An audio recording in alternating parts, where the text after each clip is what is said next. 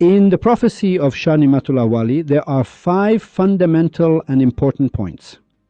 We mentioned one last week, and the much more important point that we will present to you this week is this. It is true that the Sufism of the perfect human in this era speaks several languages, but its origin is Iranian. The great secret is for you to know why Shah Ni'matul Awali spoke about the perfect human at this point in history. It is because the Mahdi, the master of the age, the Messiah, the Imam of the time, or whatever you want to call him, is, in this era, the Iranian perfect human. Welcome to 40, my friend. Welcome to 40, the most dangerous program in the last 700 years. Welcome to Restart. Yes, the very important point we presented to you today is this. Something you hadn't paid attention to was why after 700 years such a program is being broadcast, and why after 700 years the prophecies of Shah Ni'matullah Awali regarding this era are what have been presented to you. Last week we explained that it's impossible for Shah Ni'matullah Awali to talk about other things. Shah Ni'matullah Awali only speaks from the perspective of the perfect human. Now sometimes the perfect human might be a child of Yemen, meaning born in Yemen. Sometimes he might be born in Italy. He might be French. This is a very important point, meaning in reality, this poem, which is the prophecy of Shah Ni'matullah Awali, has absolutely nothing to do with the Iranian nation. It has absolutely nothing to do with the people of the world. His entire address is directly and uniformly to the restartees, meaning to, that is where he says, the abode of good has been severely ruined, a gathering place of evil I see. It means that it has nothing. If he were going to talk about you, he would have said, I see the mosque of so-and-so being destroyed. For example, the shrine of Imam Hussein is being destroyed. Imam Hussein was famous 600 years ago. All this fighting and whatnot in the corners of Iraq, it's all known. Or if he were going to say, I see Cardinal so-and-so. No, he says very specifically, an abode of good. He is saying the place of the perfect human is destroyed, which I know it has been, meaning this line has also passed, meaning in this era that we are now speaking in, that abode of good has been severely ruined, has also happened. It is in the past. So why does Shah Ni'matullah Awali talk about the perfect human in this period of history? Because there is a secret hidden within it, and it is that the perfect human in this era is Iranian. This is an important point. That is why he talks about Iran and the right and the left. But the more important point in this regard about him being Iranian is that in the last 2016 years until now, the perfect human has only been leaked 3 times. In the last 4,000 years until now, the perfect human has been leaked 5 times. In the last 7,000 years until now, among all the perfect men who were leaked, maybe 8 perfect men, 10 perfect men were leaked. Even after Shah Ni'matullah Awali, who was leaked, no one else was leaked until now. People were just living their lives, they didn't know anything and had no news at all. So the important point is that a rare event is happening in the world, meaning after 7,000 years, a rare and strange event is happening. One instance is written about in the Torah during the Jewish era, where they explained very clearly that the people had become restartees, their restart had been shaken, and then, if you'll allow me, they came to the house of a Sufi. They had found a Sufi in a country. They had realized this Sufi was connected to God, meaning they had realized that only one person in the world has a connection and communication with God. They had found the Sufi. They came to the Sufi's door and said, Sir, save us from this oppressive, tyrannical dictator. He said, I cannot save you. I am a Sufi. If something is to happen, another person must come, someone else must come, which is what happened next. The people cried. He said, tomorrow at 2, for example, in the afternoon he will come. The people went into the city, outside the city, to welcome him. A line of people all stood waiting. The beautiful one is coming. And the tyrant of that time, his intelligence organization was strong. His ministry of information was strong. He had created 2 or 3 million militia. He was very strong at that time, meaning they had very strong forces. Like Pharaoh, he was very strong. For example, Pharaoh and his ilk had spent billions of dollars of that time to keep the people in suppression. That's why the people were waiting for a superman. 2 o'clock became 4, 4 became 5, he didn't come. It's also written in the Torah that this same old man gave everyone hell, meaning he did something that caused the billions of dollars that governments had spent at the time to go up in smoke overnight, a story I want to explain more later. In the Torah, they called them Talut and Jalut.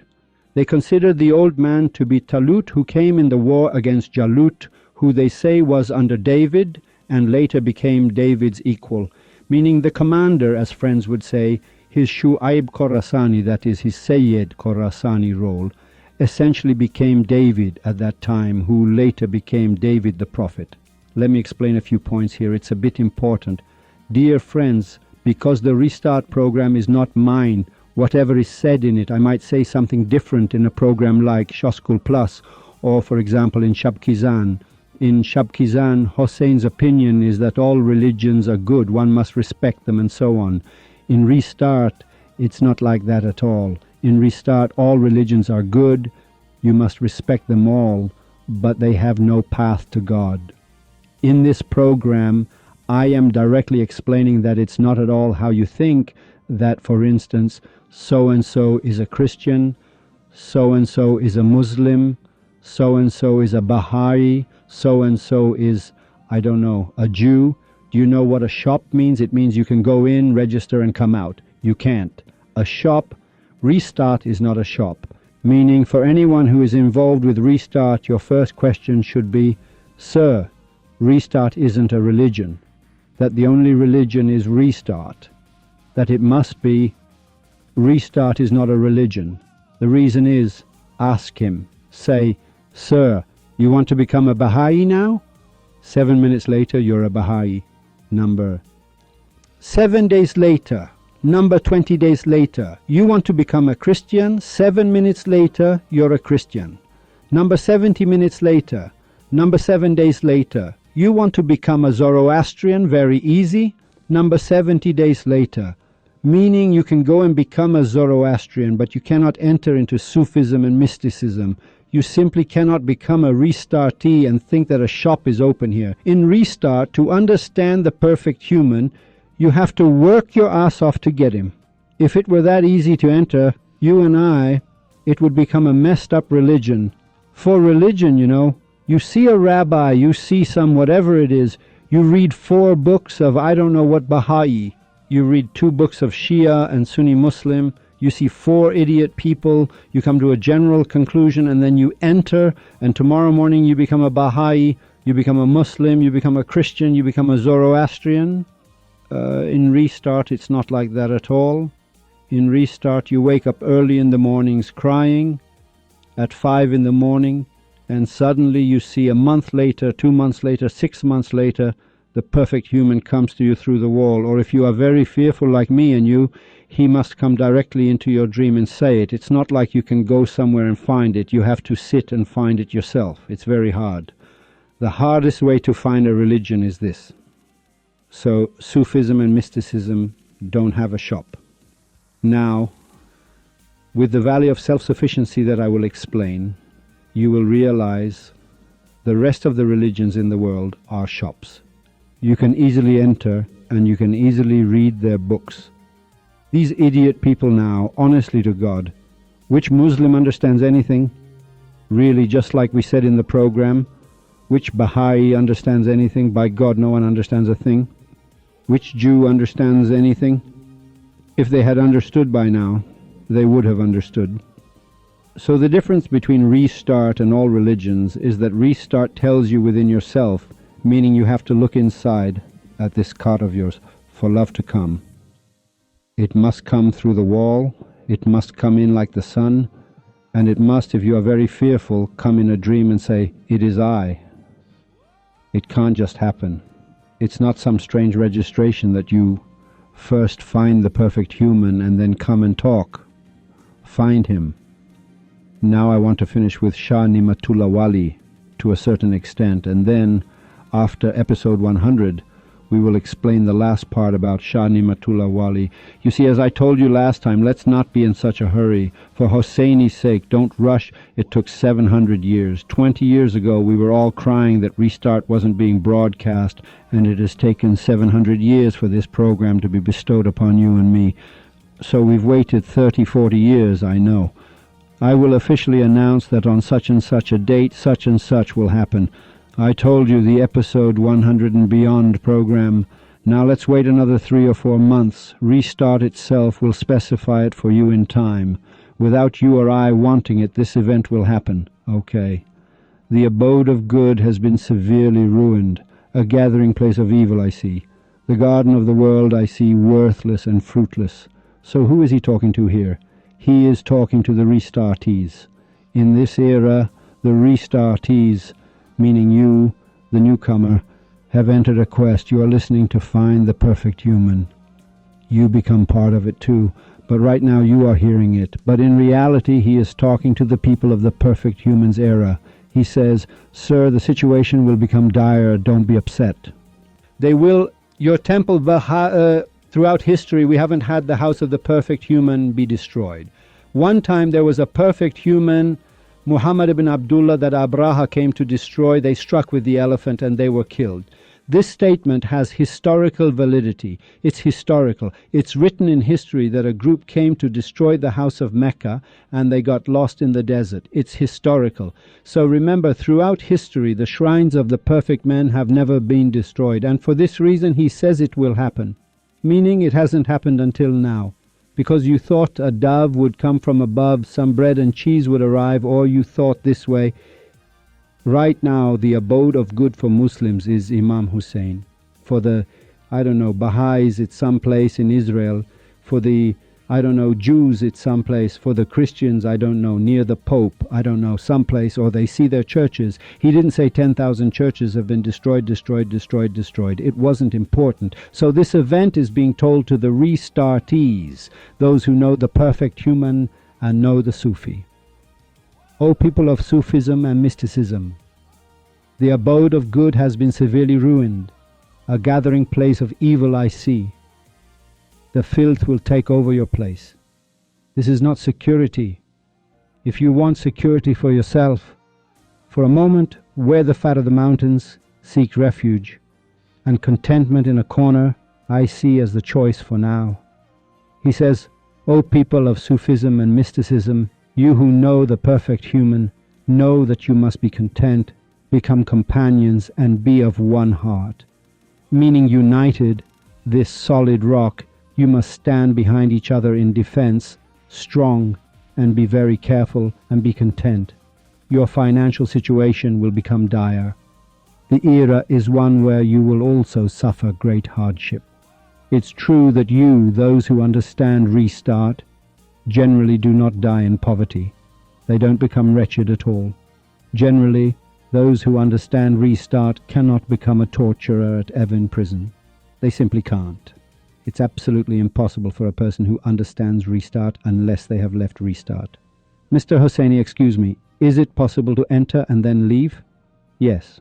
When you know the perfect human now, if the perfect human dies right now, and the next perfect human comes, and you don't recognize him, you have left Restart, and now you have to find him again. Generally, those who have found, because they know the Sufis, they follow the Sufis and find them for this reason. So when do you leave Restart? You leave if the perfect human is dying every second. Every breath that is inhaled is a prolonger of life, and when it is exhaled, it is a source of joy for the essence. The perfect human is actually forced to die every second, which is also very important, and we want to talk about it later.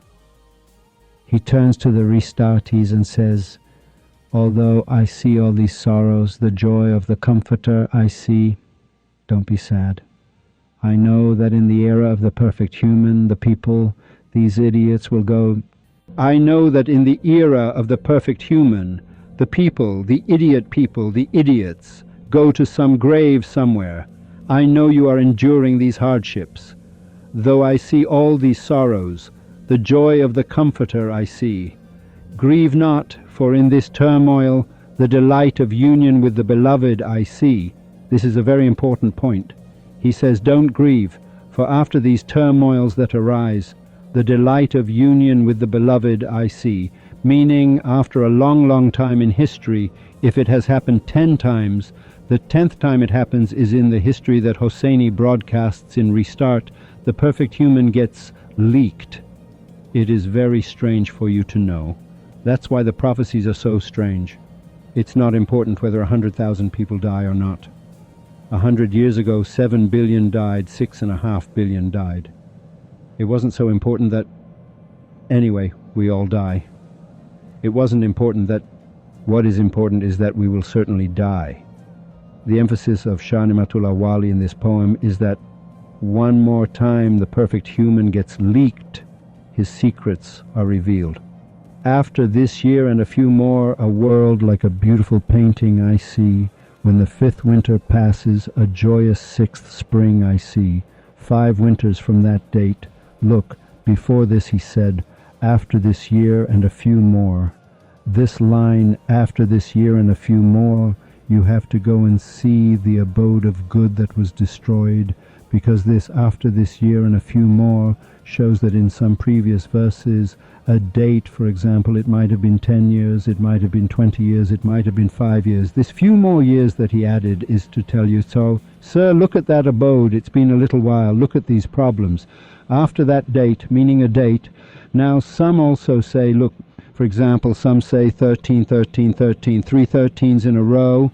It's strange, for example, or for instance, if you'll allow me, that, for example, the year so-and-so, the number 13, they say, is very, they say these things. For example, in Freemasonry, after them, they also have something like a perfect human. They have this kind of perspective that then that spring falls to the 13 people who are subordinates to that king, meaning they themselves say they have something like a perfect human. For 319, an Iranian becomes 117 and 13. Well, 5 years later, 60 years later, 60 years later, at all, 396.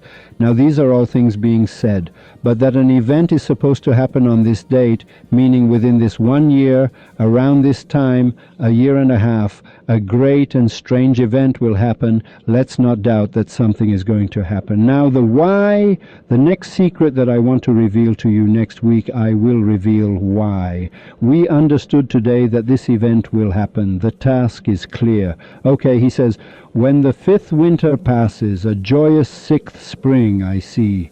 The deputy of the Mahdi will become apparent, nay, I see him apparent. The Honorable Mahdi is not a Muslim. Mahdi means Messiah, Mahdi means the guide, Mahdi means the Imam of the time. Anyone who does not know their Imam of the time has died in ignorance like an idiot. The Imam of the time is this very Mahdi. Mahdi means prophet, means Nabi, meaning the only one who has a connection with God. He says, the deputy of the Mahdi will become apparent, nay, I see him apparent, meaning he is explaining clearly that something will happen, that for the first time something is going to happen for the perfect human to be leaked. A king of complete wisdom, a dignified leader I see. Wherever he turns, by the grace of God, his enemy I see humbled. He says a new king will come who is connected to the Mahdi. The Islamic Republic folks on the internet and such, they come and paste this part onwards. For example, to the beginning of the revolution. This entire poem 57, I've said it twice, pertains to right now. All of it is in this state. It has nothing to do with the past. He says a king will come who is connected to the perfect human. A king will come who is of Sufism, meaning the country of Iran will turn to Sufism, to mysticism, meaning a king will come who is a subordinate of a perfect human. He is a wise person too. This is also logical, because if the perfect human picks up a ridiculous dry stick, he recites over it, and it becomes a dragon. We explained this last time in the previous program too. Another Moses lets it go. It's a dragon. Even if it's for this idiot person, he takes him, makes him wise, and a scientist and a professor makes him everything. A king of complete wisdom, a dignified leader, I see. This person is a subordinate of the perfect human and will lead Iran towards Sufism and mysticism, and Iran will experience a great shake-up. Wherever he goes, he has no enemy, meaning he breaks through and moves forward. The servants of His Highness, I see them all as crown bearers. He says the Sufism of Iran becomes like a Sufi kingdom, and all those who are under this king or under this person who is from the perfect human are as if they wear crowns, as if they themselves are magnificent figures in the world. Even his servants, meaning even the servants who are under this king, are all crown bearers. It's very interesting. He is saying a very deep point. The servants of His Highness, I see them all as crown bearers, meaning we have to go into the valleys of the Sufis, meaning one time Cyrus was a Sufi, he became king. Solomon was the only Sufi who became king, meaning you should know that throughout history we have had some Sufis who became kings. Now some people like Reza Shah, like for example, if you'll allow me, Shah Ismail I of the Safavids, these were subordinates of a Sufi. They themselves were not Sufis. The Sufi subordinate of the perfect human, meaning Sheikh Safi ad-Din Ardabili, was a Sufi, and for this reason Shah Ismail Fine of the Safavids, as a subordinate of such a person, entered into the kingship of Iran, who then threw out the Arabs of that period and unified Iran and announced that Restart should be broadcast. The people then finally understood Restart, and later they named it Shia, meaning they distorted Restart again. So in general, Restart is broadcast, then another religion after, for example, another 100 years, an era, they also say. So we conclude that the perfect human of the last era was at the same time Shah Ni'matullah Wali spoke. Then people come screaming and shouting for the Imam of the time. Now they are cheering, a dove comes from above and a religion is created. They publish books, the publishers read, they publish books, just so you know. So Sufism happened in that historical period. Okay. The servants of His Highness, I see them all as crown bearers. For 40 years, oh my brother, I see the era of that sovereign, meaning this person who is supposed to come and make Iran into a land of Sufism and create this Iranian empire in Sufism. When it becomes the Iranian empire, it means it is now the empire of Sufism, meaning many other countries will return to Iran. Now, sir, excuse me, the Treaty of Turkmenchai. When its people believe in Sufism, borders are for idiots. There is no border at all. Did anyone have borders in the old days? Whoever went, wanted, came, went, came. There are no borders. These borders are agreements. Agreements that two idiot presidents made with each other, sent their people to their deaths against each other, and next time made another agreement. Just so you know, because you like to know. The agreement is completely up in the air. What is the whole point? Send it. What is this agreement? It doesn't exist. The country of Sufism is created, and for 40 years this person rules over the Iran of Sufism, a monarchy. He rules. Monarchy here has two specific definitions. One is that all, for example, Shah Ni'matullah Wali, meaning he is a king, but at that time Amir Timur the Lame was also around. He, Amir Timur, was also playing king and sultan for himself. This has another definition. Now, I am supposed to explain it in the episode 100 and beyond program, not now.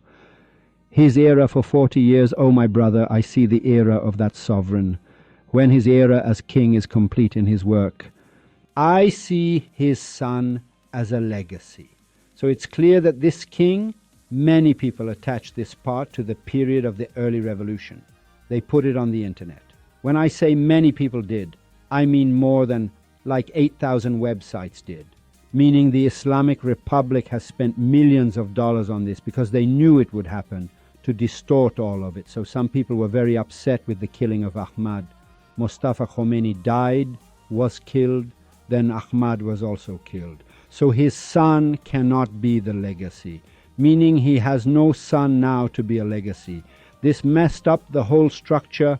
One of the reasons the intelligence organization fell apart at that time was this, that they were saying, "Sir, we went through all this trouble to tell people that this verse from here to this, we didn't spend all this money for."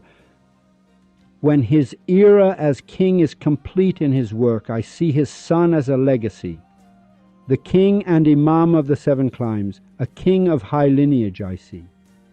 He is telling the restartees that after him the rule will fall to a Sufi, he will be the imam. We've again attached this definition of imam to Islam. Islam doesn't even have an imam. Imam in the Sunni context means leader, means in front. It has existed under different names. Just as friends were saying that in Islam, in prayer, you always recite the Al-Hamd, the Hamd. No, many Christians also have a verse that they must recite every day. Similar to, it doesn't have the mental, similar to Imam. No, by Imam he means the perfect human, means the Mahdi, means the guide, means the Imam of the time. After him, he himself will be the Imam, who I see as the tamer of the world. From here on, we must go. Later, he will become beloved. As much as we can explain, we will explain more in this episode 100 and beyond program. But we move on to the Valley of Self-Sufficiency, a very strange valley in Attar's Mantikutayr. This beautiful Sufi, truly strange, as you know, Rumi says of the seven valleys and seven cities of love.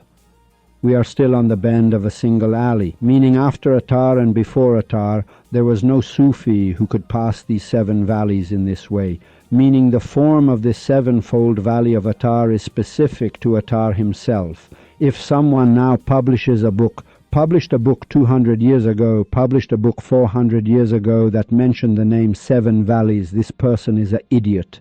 Meaning Rumi says we are in a bend of an alley. He doesn't say we are one alley. In contrast to Attar's city, he says we are in a bend, meaning we are at the corner.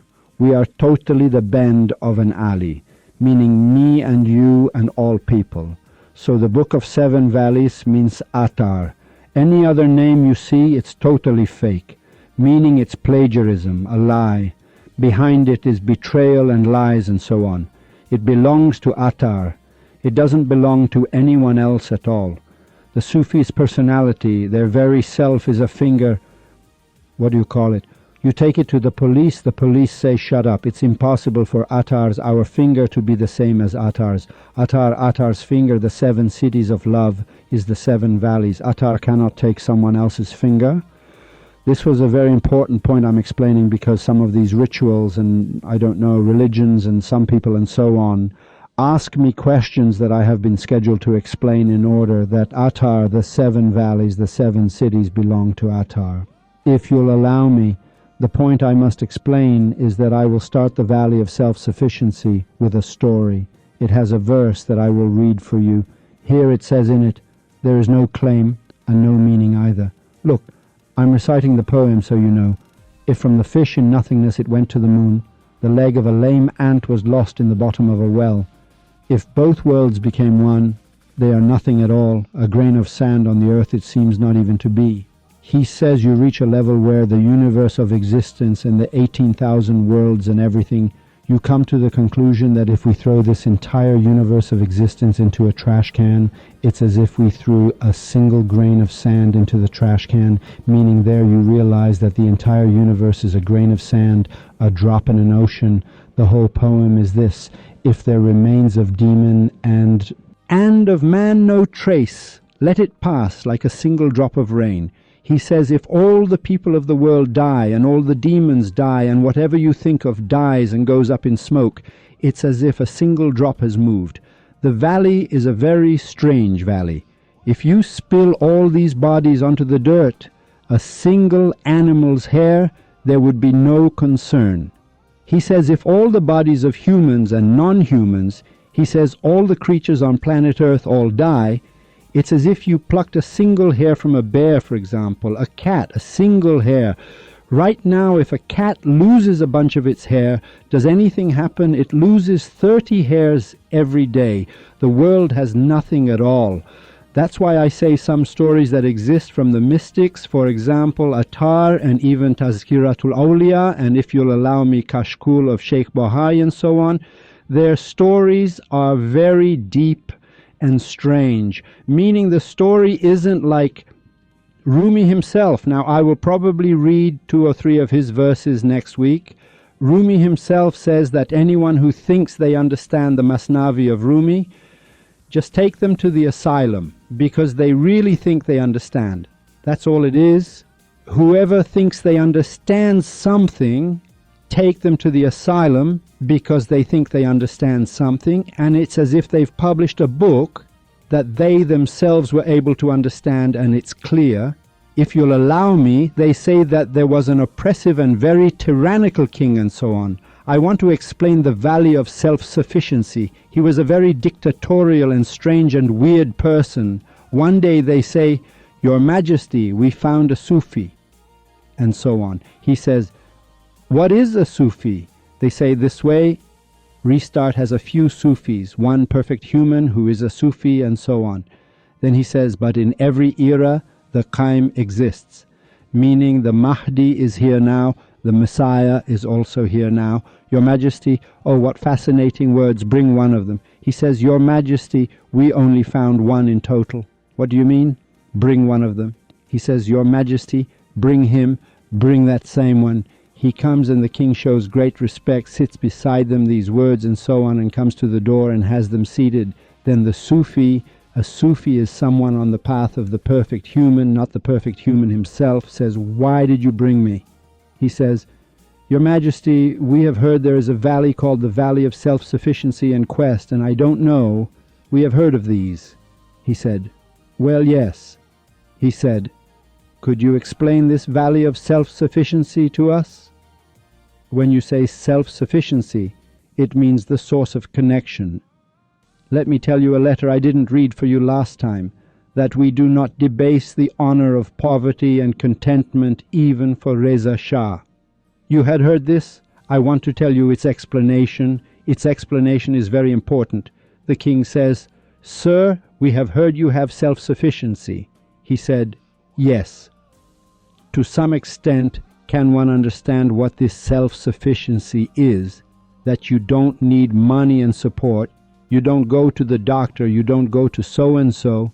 He said, Do you want to see the valley of self-sufficiency or know it? He said, What's the difference? He said, Do you want to seek and need it like Hosseini? He said, No, we don't want to be like Hosseini. We want to understand. He said, Okay, then understand. I baked this sweet yesterday for you. Please have some. He said, Certainly, thank you. As a gesture of miracles. In the old days, I don't know what we used to eat. We'd swallow someone's saliva. We'd eat it. He said, Have some. Have this. And now we've also seen the movie The Matrix, where the old lady gives the fresh biscuit. We've seen that too. He said, Now you eat this, and we will make you understand self-sufficiency. He said, All right. He ate the biscuit. He said, Well, make me understand. He said, No, tomorrow at 2 o'clock, tell your army and also your Ministry of Information to come and bring me bound. He said, Meaning no? He said, To understand it, allow them to bring me bound tomorrow afternoon. You will understand that I must be brought for you to understand self-sufficiency. You won't understand it this way. I must be brought with a beating. He said, Is that how it is? He said, Is that okay? He said, No, for you to understand. He said, All right. Yes. At night his stomach started to hurt. No matter how much he went, excuse me now, to go to the bathroom, he couldn't do anything. And kings eat well for dinner. He eats well. He woke up at 2, nothing. It became 3, nothing. 4, nothing. 5, nothing. He got a stomachache, an ache in his gut. He kept going to try to do something. It didn't work. It was blocked. Constipation, for example. I can say it scientifically so no one gets offended. 7 in the morning, nothing. 8, nothing. 9, nothing. 10, still nothing. He said, sir, go and bring that fellow bound. They went in the morning and brought the fellow. He said, sir, what did you give us to eat, buddy? We can't do anything at all. And so on. He said, oh. He said, then I will be at your service the day after tomorrow. The valley of self-sufficiency isn't something you understand in 24 hours. If you allow it, let it take 48 hours, you will understand it well. Sir, man, my turn. Let's see what you're saying. Are you kidding me? We are a king. We are the I don't know what of the 7 climes. We have a ministry of information. We have all these websites. Are you joking now, you jerk? He said, strange. Allow me the day after tomorrow. He said, no. This man, look, if I die, if you want to kill me, what is it? You will be killed too, you fool. I'm saying the day after tomorrow. Sir, 3 days later, he was crying. Nothing. He was destroyed. He came. The Sufi himself came. He said, sir, His voice wouldn't come out. He took a piece of paper, said, you will write down half your wealth from top to bottom here, sign it over to us, we will open it. The Sufi said, if you permit, it will take 2 or 3 days. Your treasury is in the billions. You have a lot of money and income.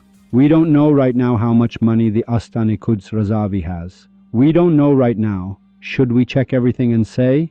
He said, no need. Wherever you want, just take half. He said, I'll take this beautiful girl too. He said, take her, take her, take her. There was one most beautiful one there too, the Huris around her.